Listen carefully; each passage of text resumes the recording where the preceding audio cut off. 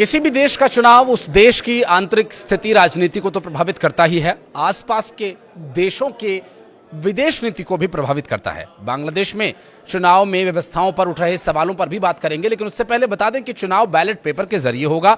हर polling booth पर आम चुनाव के साथ साथ रेफरेंडम की प्रक्रिया के लिए मतदान अलग से होगा।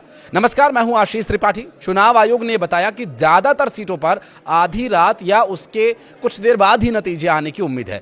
शुक्रवार सुबह तक सभी 299 सीटों के नतीजे आ जाएंगे। बांग्लादेश में हिंसा और तनाव की स्थिति को देखते हुए 10 लाख सुरक्षा कर्मचारियों की तैनाती की गई है।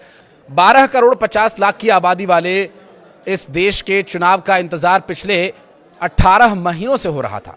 सियासी मैदान में 2000 से ज्यादा उम्मीदवार हैं, जिसमें 78 महिलाएं हैं। 60 रजिस्टर्ड राजनीतिक दल अपनी किस्मत आजमा रहे हैं। जो मुख्य मुकाबला है वो जमात इस्लामी और बांग्लादेशी नेशनलिस्ट पार्टी के बीच है। हालांकि बांग्लादेश में ये पहला चुनाव है जब लंबे समय तक शासन कर चुकी अवामी लीग इस चुनाव में हिस्सा लेने के लिए प्रतिबंधित है। चुनाव आयोग ने 42,659 पोलिंग स्टेशन बनाए हैं, जहां 45,000 ऑब्जर्वर्स नियुक्त किए गए हैं। ये मतदान से लेकर मतगणना तक पर पैनी नजर रखेंगे और वोटिंग से पहले देश भर में दुपहिया वाहनों पर रोक लगा दी गई है। इस चुनाव में बतौर ऑब्जर्वर बांग्लादेश की अंतरिम सरकार ने दुनिया भर के कई देशों और संगठनों को न्योता भेजा है। चुनाव में लगभग 350 विदेशी पर्यवेक्षक चुनाव प्रक्रिया पर नजर रखेंगे और असिस्टेंट रिटर्निंग ऑफिसर तैनात रहेंगे। मतदान से लेकर के मतगणना की प्रक्रिया सुचारू रूप से चल सके, इसके लिए 5 लाख चुनाव कर्मचारियों की ड्यूटी लगाई गई है। लेकिन दिलचस्प होगा यह जानना भी कि क्या शेख हसीना वापस लौट रही है। इस पर काफी चर्चा हो रही है, लेकिन उससे पहले खबर यह है कि बांग्लादेश में पूर्व प्रधानमंत्री शेख हसीना की पारंपरिक सीट गोपालगंज 3 पर मुकाबला काफी दिलचस्प हो गया है। यहां बीएनपी के उम्मीदवार एसएम जिलानी को 2 हिंदू उम्मीदवारों से कड़ी टक्कर मिल रही है। निर्दलीय उम्मीदवार गोविंद चंद्र प्रमाणिक और गणो फोरम के दुलाल चंद विश्वास को मजबूत दावेदार यहां पर माना जा रहा है। गोपालगंज 3 सीट पर टुंगीपाड़ा और कोटालीपाड़ा इलाके आते हैं, जिसमें टुंगीपाड़ा में करीब 26% और कोटालीपाड़ा में 47% से ज़्यादा हिंदू आबादी है। और ये इलाका शेख मुजीबुर रहमान की जन्मस्थली है और लंबे समय से अवामी लीग का गढ़ मानी जाती रही है। गोविंद चंद्र प्रमाणिक का ये कहना है कि उन्हें लोगों से अच्छा समर्थन मिल रहा है।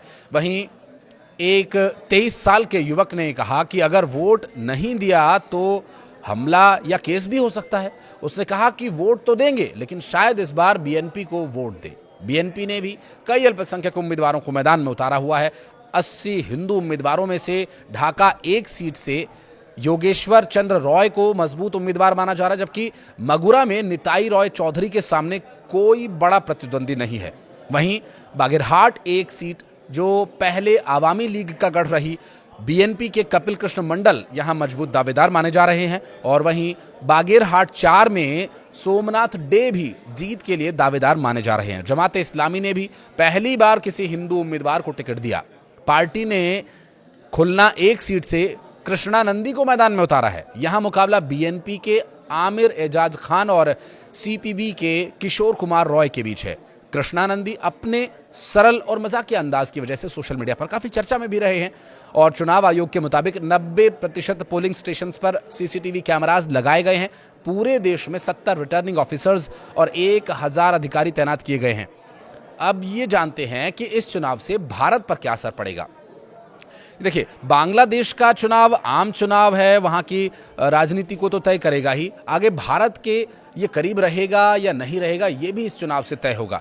ये भारत के करीब रहेगा या पाकिस्तान या चाइना की तरफ झुकेगा। दरअसल इससे साउथ एशिया का पावर बैलेंस बदल सकता है। इस वजह से इस चुनाव को बेहद अहम माना जा रहा है।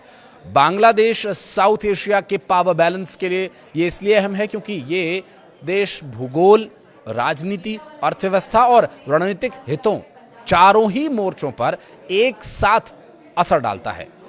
बांग्लादेश भारत के पूर्वोत्तर राज्यों को लगभग चारों तरफ से घेरता है।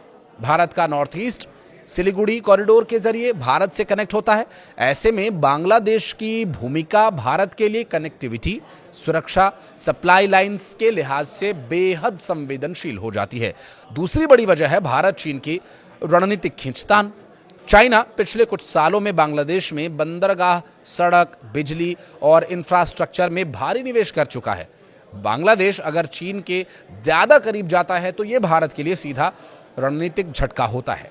खासकर बंगाल की खाड़ी और इंडियन ओशन रीजन में बांग्लादेश की समुद्री सीमा इस इलाके को रणनीतिक रूप से बहुत महत्वपूर्ण मानी जाती है और यह इलाका ग्लोबल शिपिंग, एनर्जी रूट्स और नौसैनिक गतिविधियों के लिए बेहद संवेदनशील है। चौथा फैक्टर है इस्लामिक रणनीति और कट्टरपंथी।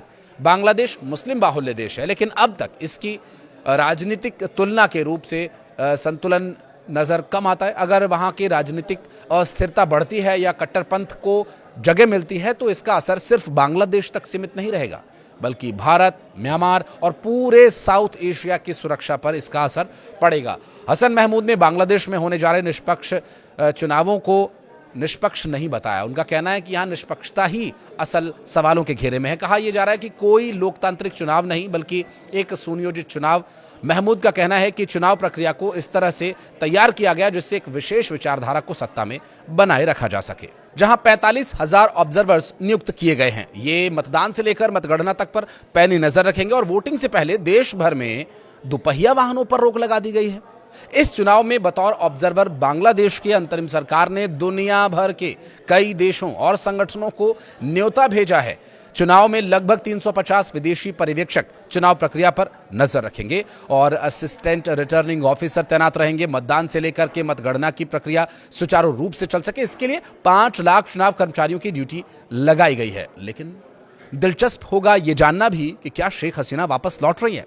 इस पर काफी चर्चा हो रही है, लेकिन उससे पहले खबर यह है कि बांग्लादेश में पूर्व प्रधानमंत्री शेख हसीना की पारंपरिक सीट गोपालगंज 3 पर मुकाबला काफी दिलचस्प हो गया है। यहां बीएनपी के उम्मीदवार एसएम जिलानी को 2 हिंदू उम्मीदवारों से कड़ी टक्कर मिल रही है।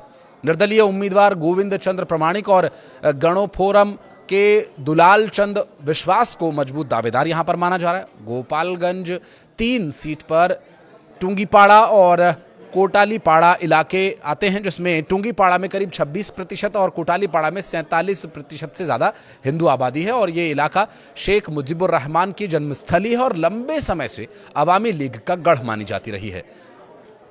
गोविंद चंद्र प्रमाणिक का यह कहना है कि उन्हें लोगों से अच्छा समर्थन मिल रहा है।